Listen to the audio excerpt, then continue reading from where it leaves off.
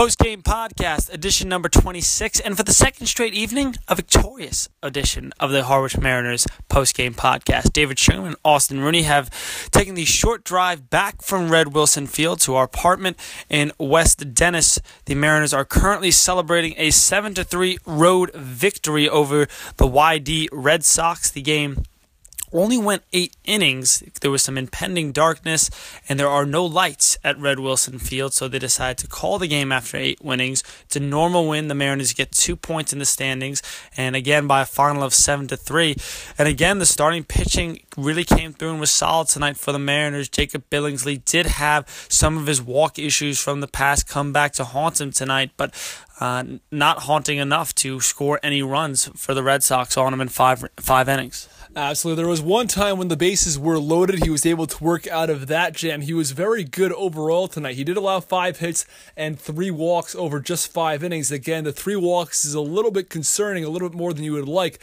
But if he can get his control down, he can be a really, really valuable part of the starting rotation going forward for the Harwich Mariners.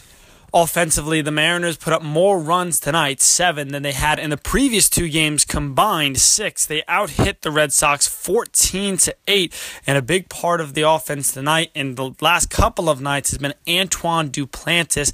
A homer in each of the last 2 games, had 4 RBIs tonight. Duplantis just ripping the cover off the ball. Absolutely. 4 for 5 tonight, as you said, a home run, and he almost got the cycle. He had 2 doubles tonight, a single and a home run. He tried to get to third on one, but was thrown out. So again, he was really terrific tonight, and if he can continue hitting this way, it could be a real boost for the Harwich Mariners. He's now 7 for his last 9. Red hot, and again, he's been an absolutely incredibly valuable part of this Mariners lineup. And Duplantis, 2 home runs in the last 2 days. He only hit 1 home run all season long against LSU. After the game, he was saying that, he was a little bit surprised to see the second one go out. He said, I've been on top of the fastball, but I'll be honest, it's not my game. He'll take it, and the Mariners will take it. Going into tomorrow, a rematch with Orleans from earlier in the week. It was a really gut punch of a loss that the Mariners have since rebounded from. What do you expect in tomorrow night's game? You know, we have John Witkowski on the mound, so it's a relief pitcher for the first time starting for the Harwich Mariners. So I'd be really interested to see how he does. I think he probably will be held to a little bit of a shorter innings limit. Maybe he'll only go 4, maximum 5 innings. So they may have to go to the bullpen early, but I would expect a good night again from the Harwich Mariners. They seem to finally have their bats going.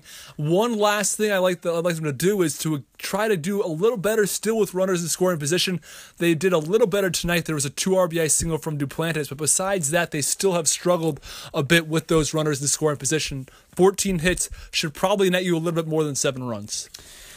The Mariners take the game one more time by a final of 7-3. They advance to 9 wins, 16 losses, and 1 tie on the season as they get their 2nd straight win on the road at Red Wilson Field for the 2nd time this season. For Austin Rooney, I'm David Sugarman. Be back on the call tomorrow night at Orleans for a 7 o'clock first pitch. Until then, saying so long.